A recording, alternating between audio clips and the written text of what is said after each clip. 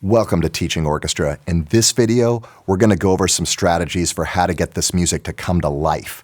And I think The Black Knight is kind of a cinematic title, and I think of like Dame Whitman, Black Knight from the Avengers, or in the MCU, he's one of the Eternals, played by Kit Harington, who also played Jon Snow.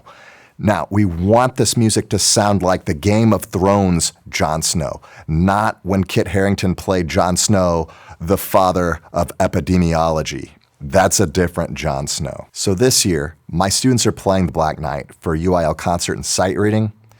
And if they aren't considerate with the phrasing, I threaten them. I say, hey, take out your pencils, because we're going to update the title. We're going to go from The Black Knight to Watching Paint Dry. So take out your pencils and cross it off. We're going to change the title of the piece. So which version do you want to play? You want to play The Black Knight, or you want to play Watching the Paint Dry?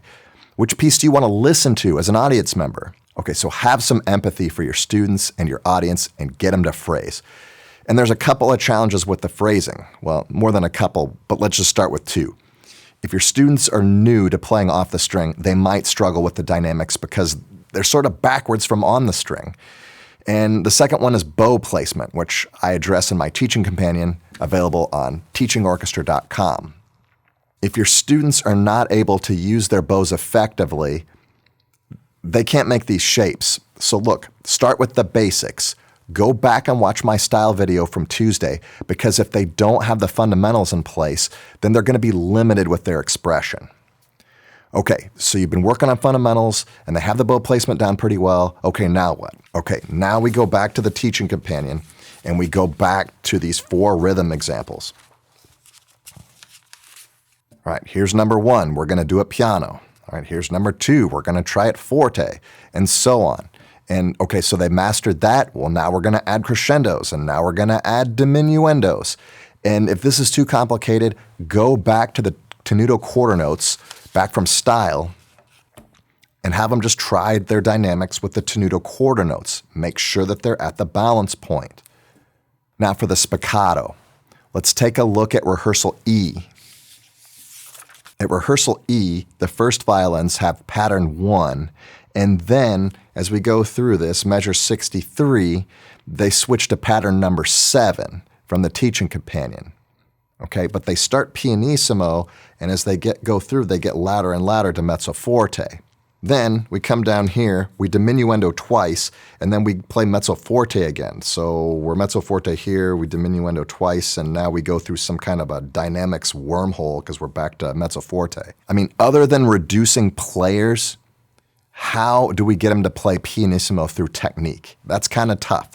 So to get that soft sound, you need to get your bow as vertical as possible, and you need to reduce the height on the bow. Okay, so let's go back to style exercise number 4 in the teaching companion. We're going to play this on an open D, and we're going to play pianissimo.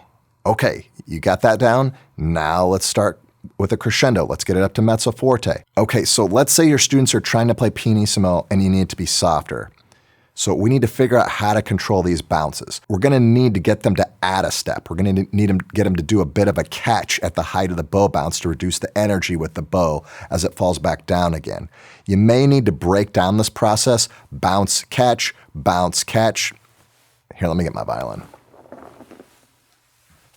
10 seconds later. Okay, so starting from the string, we come up, bounce, catch, bounce, catch, bounce, catch. Bounce, catch, bounce, catch, bounce, catch. And they're going to have a pretty flexible bow hold. If they can't bend their fingers, this really isn't going to work. So you might need to do some bow push-ups. And so check out season 1, episode 1 for more information about this. But this can be a useful tool. So slow it down. You don't have to do it at 132 for this. In fact, you shouldn't do it at 132 for this. But slow it down and have them get tighter and tighter to the string with their bow hand. All right, so we've addressed some general concepts for the Black Knight. In my final video of this episode, I'm going to go on more of a microscopic view, and we're going to go over some of the finer details. So I hope to see you then.